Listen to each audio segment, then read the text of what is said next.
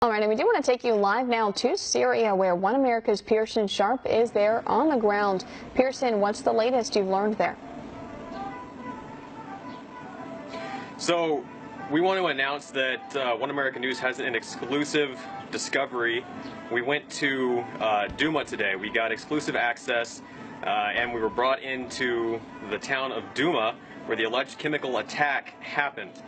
We were brought in with a government escort and shown the areas where the chemical attack allegedly happened, and we got to speak with residents in the area, and we were even able to visit the hospital where the white helmets showed the video of the people being hosed down. So when I went into the town, we didn't really know what to expect, but we were brought to one of the neighborhoods close to where the attack happened. I spoke with a number of residents there, probably about 10 residents in that neighborhood.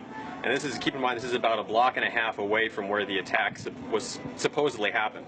Not one of the people that I spoke to in that neighborhood said that they had seen anything or heard anything about a chemical attack on that day. They said that they were going about their normal business. Everything was pretty much business as usual in the neighborhood that day, and they didn't see or hear anything out of the ordinary. So we wanted to make sure that we covered all our bases, so we drove down a little further, and we visited some rebel headquarters from Jaish al-Islam, the terror group that was holding the town until recently. And I got to go down and I explored some of the tunnels in the area. I walked through some rooms where they were making weapons, weapon manufacturing. There were entire rooms filled with mortars, and they were stacked from floor to ceiling. It was just, it's very shocking to see how much weaponry the terrorists had piled up in that area. After that, we went through the square where a convoy, I'm not sure who the convoy was from, but it looked like it was a Syrian relief convoy, and they had just lines of residents turning out, maybe 1,000 people long. It was a really long line, turning out for bread and supplies, water, food, clothing, things like that. And so we talked to a few people there, and I went up to random people. I know there's a lot of concern from people that the residents being interviewed are plants. They're Russian operatives, or they're staged interviews or things like that.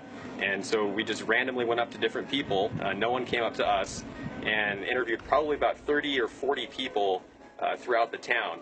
And consistently, not one person in the entire town that we talked to said that they had seen or heard anything about a chemical attack.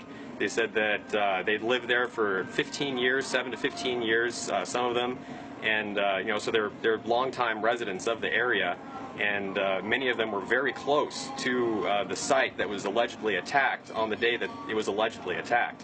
One man said that he was within 50 meters at the time they say it was attacked, and he heard and saw nothing out of the ordinary. When I asked them what they thought the chemical attack was, they told me, all of them told me that it was staged by the rebels who were occupying the town at that time. They said that it was a fabrication, that it was a hoax, and when I asked them why, they told me that it was because the rebels were desperate and they needed a ploy to help get the Syrian army off their back so that they can escape. And so the residents told me, and again, I'm using that phrase a lot, the residents told me, because I want it to be clear that this is not an opinion, this is not propaganda, as some have accused, that this is simply facts that we found on the ground when we were in the town, things that we saw firsthand. So the residents told me that the terrorists staged this attack to get the Western powers to attack the Syrian army and get them off their backs so that they could escape. And that story was told to us by numerous people. So I asked them also what they thought about President Bashar al-Assad, because that's also a big question for a lot of people. I mean, you hear people like Boris Johnson and other leaders saying that President Bashar is terrorizing his people and that he's being very brutal to them. And again, this is just repeating facts that are out there in the media right now.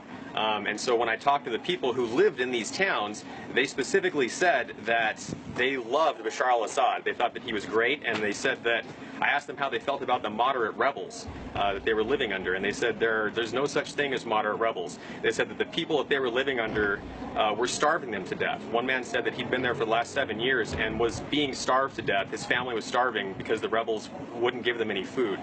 They said they hoarded the medicine and took everything for themselves. And he said if anybody complained, you were risking your life. They'd kill you. They'd kill you and your family for complaining or raising any problems. He said that he was very grateful that President Assad had liberated the town and that they were completely in support of Assad.